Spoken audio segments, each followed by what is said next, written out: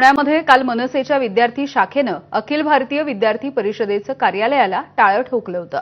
अखिल भारतीय विद्यार्थी परिषदेकडून या घटनेच्या निषेधार्थ आंदोलन देखील करण्यात आलं। पुण्यामधल्या वाडिया कॉलेजच्या समोर हे आंदोलन झालं होतं। दरम्यान काल झालेल्या राड्याच्या नंतर मनसेचे नेते अमित ठाकरे यांनी आज पुणे पोलीस आयुक्तांची भेट घेतली आहे। काल झालेल्या राड्याच्या संदर्भात अमित ठाकरेंनी पोलीस आयुक्तांसोबत चर्चा केली, तसंच ऍक्शनला रिॲक्शन मिळणार असा इशारा देखील अमित ठाकरे यांनी एबीव्हीपीला दिला आहे।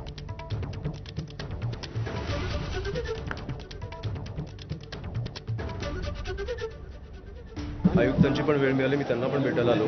माझं म्हणणं आहे की हे जे इतर पक्ष असतील आमच्या कामांमध्ये अडथळे टाकतात, हे दुसऱ्यांदा झालंय आणि त्याच्यामुळे ते सत्तेत असतील तरी कितीही प्रेशर टाकला तरी फरक पडणार नाही हे दाखवायला मी आज आलो। मी आमच्या मुलांच्या मागे उभा आहे कारण ते उत्तम काम करतात। तर तुम्ही बोट घातला तर आम्ही हात घालणार, ऍक्शनला रिॲक्शन ही येणारच। आणि एवढंच मी सांगायला आलोय, आम्हाला कायदा सुव्यवस्था बिघडायची नाहीये।